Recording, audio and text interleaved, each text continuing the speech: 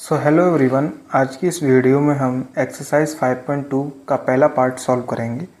इसमें आपको ये टेबल दे रखी है जिसमें आपको वैल्यू दे रखी है और आपको उसमें से किसी एक वैल्यू को फाइंड करना है। उससे पहले जो आपका चैप्टर एपी है उसका बेसिक फार्मूला सबको पता होना चाहिए। nth term equal to a plus n minus 1 into D. इसमें जो a है ये आपका किसी भी सीरीज़ का पहला टर्म होता है। n आपका उस सीरीज़ में पर्टिकुलर जो टर्म है उसके बारे में बात हो रही है और d आपका कॉमन डिफरेंस है। तो पहला क्वेश्चन हम सॉल्व करेंगे, ठीक है।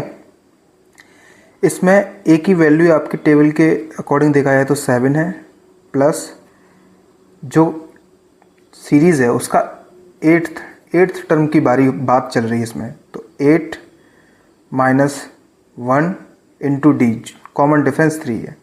इसको जब हम सॉल्व करेंगे तो 7 ब्रैकेट के अंदर जब माइनस करेंगे तो 7 बचेगा। 7 इंटू 3, 7 प्लस 7 इंटू 3 21 और 7 प्लस 21 28।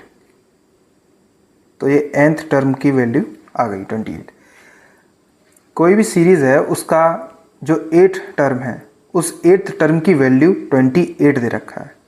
ये ठीक है, समझ में आ गया। अब हम दूसरा क्वेश्चन करेंगे। फॉर्मूला वही सेम है, ठीक है। nth टर्म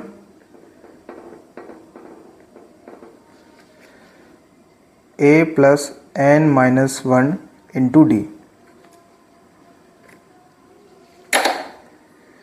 ठीक है। अब यहाँ पर nth टर्म की वैल्यू 0 दे रखी है। a टर्म माइनस 18 दे रखा है, प्लस nth टर्म की n टर्म जो सीरीज़ में जो टर्म है वो 10 है, 10 माइनस 1, और यहाँ पर d ही आपसे पूछ रहा है। तो d जब हमें पता नहीं तो उसका हम एज इट इज़ लिख लेंगे।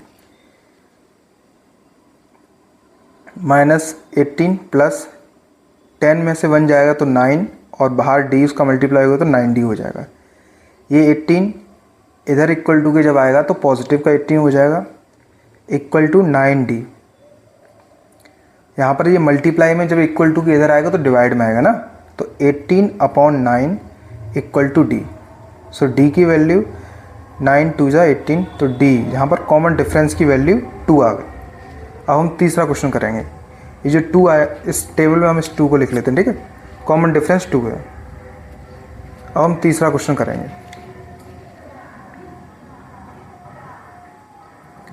nth term equal to a plus n minus 1 D. यही फॉर्मूला इस पूरी टेबल को सॉल्व कर देगा, ठीक है। अब देखिए इसमें nth टर्म की वैल्यू -5 दे रखा है तो हम इसे nth टर्म की जगह लिखेंगे। a की वैल्यू हमसे पूछ रहा है तो हम a एज इट इज़ रखेंगे। n की वैल्यू 18 दे रखा है, -1 और कॉमन डिफरेंस 3 दे रखा है, ठीक। अब इसको हम सॉल्व करेंगे तो -5 इक्वल टू a, 18 में से 1 जाएगा तो 17 बचेगा और -3 का मल्टीप्लाई होगा। -5 इक्वल टू a, 70 इंटू 3 करेंगे तो 51 आता है। 73 या 51 माइनस की 51। जब हम मल्टीप्लाई करेंगे अगर साइन नेगेटिव है तो आंसर भी नेगेटिव आएगा, ठीक है। इसलिए ये माइनस का 51 है। अब ये माइनस का 51 जब इधर आएगा तो पॉजिटिव का 51 हो जाएगा। जब भी इक्वल, देखो अगर प्लस है इक्वल टू के उधर जाएगा तो माइनस हो जाएगा। कोई भी नंबर अगर प्लस है तो इक्वल टू के उधर जाते ही वो माइनस का हो जाएगा। अगर डिवाइड है, डिवाइड कर रहा है वो, अगर उधर इक्वल टू के उधर जाएगा तो मल्टीप्लाई हो जाएगा। ये आपको, इसको आप जो है ध्यान रख लीजिए। अब माइनस का 51 जब इधर आएगा तो पॉजिटिव का 51 हो जाएगा, इक्वल टू a बचेगा। अब जब हम इसको माइनस करेंगे, माइनस के 5 प्लस के 51, प्लस माइनस माइनस होगा, ठीक है। जब हम इसको माइनस करेंगे तो आपका बचेगा 46 और साइन पॉजिटिव होगा क्योंकि ये बड़ा है, ठीक है। इतना आपको पता होना चाहिए। बाकी पहला टर्म हो गया 46, तो इस टेबल में इसका आंसर हो गया 46। अब हम फोर्थ क्वेश्चन करेंगे। nth term equal to a plus n minus 1 into D. यहाँ पर a की वैल्यू 18.9 दे रखा है प्लस n हमें बताया नहीं गया है तो n-1, जो बताया नहीं है वो हम लिख नहीं सकते ना, वही निकालना है हमने। और d की वैल्यू दे रखी है 2.5 और nth टर्म दे रखा है 3.6। अब हम इसको सॉल्व करेंगे। ये नेगेटिव है, इधर आएगा तो पॉजिटिव हो जाएगा। 3.6 plus 18.9 equal to n-1 into 2.5। इसको हम सॉल्व करेंगे, ठीक है। तो 8 6 9 5 15 हो गया, 1 8 और 4 12 22 22.5 आ गया, ठीक है।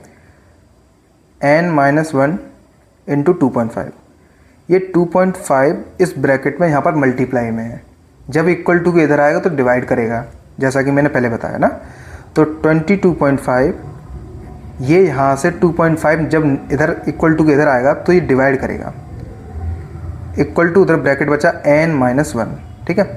पॉइंट से पॉइंट चला गया, 25 8 200 25 90, तो 25 इंटू 9 225 हो गया, ठीक है। ये पूरा पूरा डिवाइड चला गया। तो 9 इक्वल टू n-1, ये n-1, ये देखो नेगेटिव 1 है, जब इक्वल टू इधर आएगा तो पॉजिटिव होगा। तो 9 + 1 इक्वल टू n, और n की वैल्यू यहाँ पर 10 आ गई। तो इस टेबल में हम 10 लिख देंगे, ठीक है। अब लास्ट क्वेश्चन बचा है।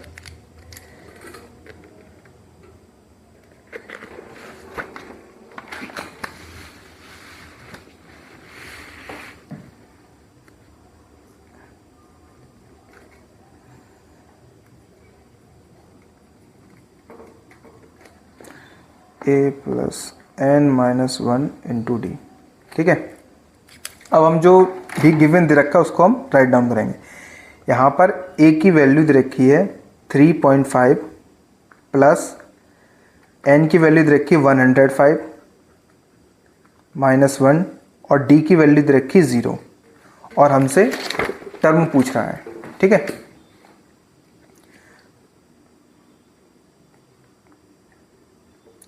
थ्री 3.5 जब भी 0 का मल्टीप्लाई हम किसी ब्रैकेट में करेंगे तो वो पूरा ही 0 हो जाना है।